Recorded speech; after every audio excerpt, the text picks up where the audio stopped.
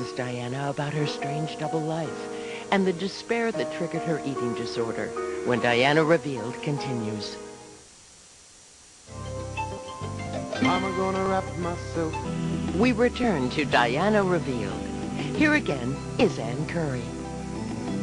Diana had hoped in Charles she had found not only her prince, but the love she had so desperately craved since childhood.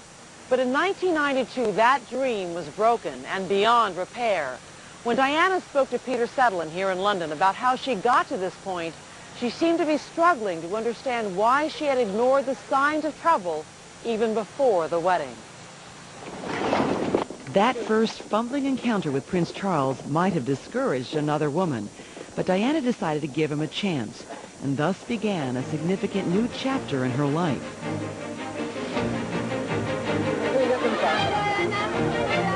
By 1980, when Diana was 19, she had fallen hard for the prince, even though she said he still had a lot to learn in the boyfriend department. He wasn't consistent with his courting abilities. He'd ring me out every day for a week and then he wouldn't speak to me for 3 weeks. Very odd. And I accepted that. I thought, fine, well, he knows where I am, he wants me. And the thrill when he used to ring out was so immense and intense, drive the other 3 girls in my flat crazy. But, no, it was odd. By now, the press had gotten wind of the relationship, and Diana was being scrutinized as a potential royal bride. Looking back on it all 12 years later, Diana realized the attention didn't leave her much time to reflect on whether this relationship was right for her. It's like being sucked in, just people pushing and then people pulling, all in the same direction. So you're being what, pushed by family? Yeah, my family was great, and so did my friends, and so did Charles's family. They liked me. They were very good to me. When I was a guest. What does that mean? We used to change when I was a daughter and the positions changed. She was set on a course which a lot of other people thought would be lovely for her. And because she was quite naive, went ahead. But a bit of her was going, wait a minute, I'm not ready for this. In February 1981, Charles and Diana came out to announce their engagement to the world. Just delighted and unhappy. No one knew it at the time, but the first interview they gave as a couple was an ominous sign of things to come. I'm amazed that she's been brave enough to take me on. And I suppose in love. Of course. Whatever in love means. I was brought up in the sense that, you know, when you got engaged with someone, you loved them. And the most extraordinary thing is we had this ghastly interview the day we announced our engagement, and this ridiculous ITN man said, are you in love? So I thought, what a thick question. So I said, yes, of course we are, in the sort of fat, stone ranger that I was. And Charles turned around and said, what ever in love means. That threw me completely. I thought, what a strange question. What strange you thought? God, how does it traumatise me? It's a pivotal moment. It shows that he's ambivalent about it. I think that in context, Prince Charles was not looking for love. He was looking for someone who can share the burdens and duties of a future princess and a possible future queen. So, in a way, love was not top of the agenda. As far as Diana was concerned, as a modern woman, it was. And did you all think that? No, I didn't. Were you frightened? Must have been. I mean, you were in We love. met 13 times before we got married.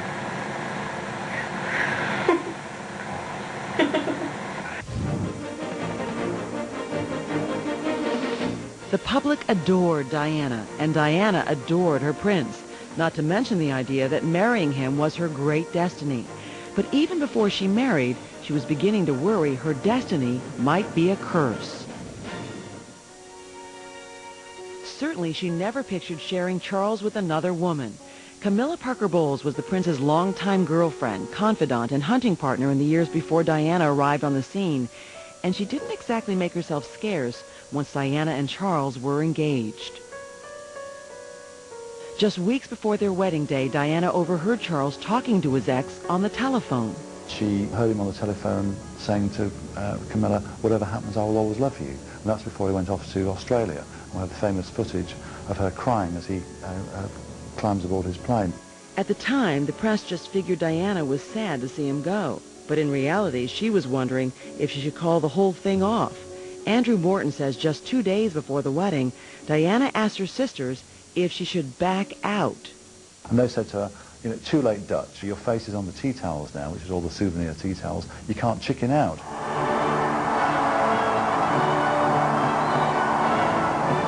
And on the day she married, whilst the eyes of the world were upon Diana, she had eyes for one woman alone, and that was Camilla Parker Bowles. And as she walked down the aisle with her father, Earl Spencer, she was looking out for Camilla, and she spotted her in the crowd, and she thought to herself as she walked down to meet Prince Charles, I hope that relationship is now over and we can go on with our married life.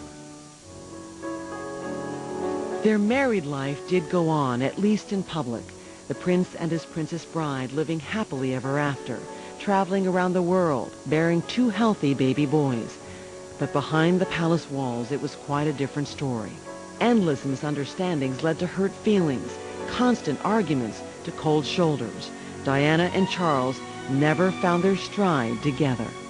It's a classic case of psychological crossed wires, because Diana couldn't give Charles what he wanted, and Charles couldn't give Diana what she wanted.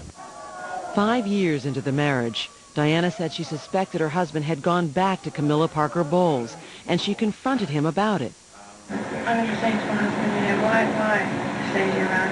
And he said, well, I refused to be the only Prince of Wales who never had a mistress. In fact, Diana claimed Prince Philip had actually given his blessing to the affair on the eve of the royal wedding, as long as Charles gave marriage to Diana a sporting chance. My father-in-law said to my husband, if your marriage doesn't work out, you can always go back to her after 5 years, which is exactly it. I mean, for real, I knew that had happened after 5 years. I knew something was happening before that. The princess was seething, frustrated, and trapped in a life she knew was a lie.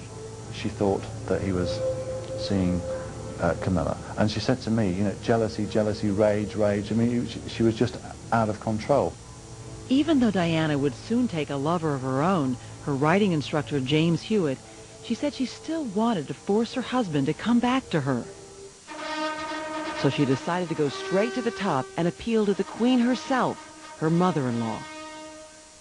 A showdown with the Queen, and a glimpse inside the marriage itself. There's virtually no sex relations. There was, but it's odd. Very odd. When Diana Revealed continues. By 1985, Charles and Diana's 4-year-old marriage was deeply troubled, but the public was still none the wiser. The British people were enthralled with their glamorous princess, now 24, and the 2 royal heirs, William, age 3, and newborn Harry. That year, a British TV documentary called The Prince and the Princess of Wales, Talking Personally, portrayed Diana as the doting wife. What do you feel your role is? What is your contribution? I feel my role is supporting my husband. It's extraordinary to rerun the events of those years with the knowledge that we now have. In truth, behind the scenes, the marriage was practically dead. They've been together only 3 days in the past 5 weeks. As Diana described the extent of the tension to Peter Sutherland, her voice coach, she recalled that things between her and Charles were awkward in every way. There's virtually no sex relations. Oh, there was, but it's odd. Very odd, but it was there. And then it fizzled out about 7 years ago, 6 years ago. 7th Harry's date. But how do you know it was odd? Instinct told me. It's just so odd. I don't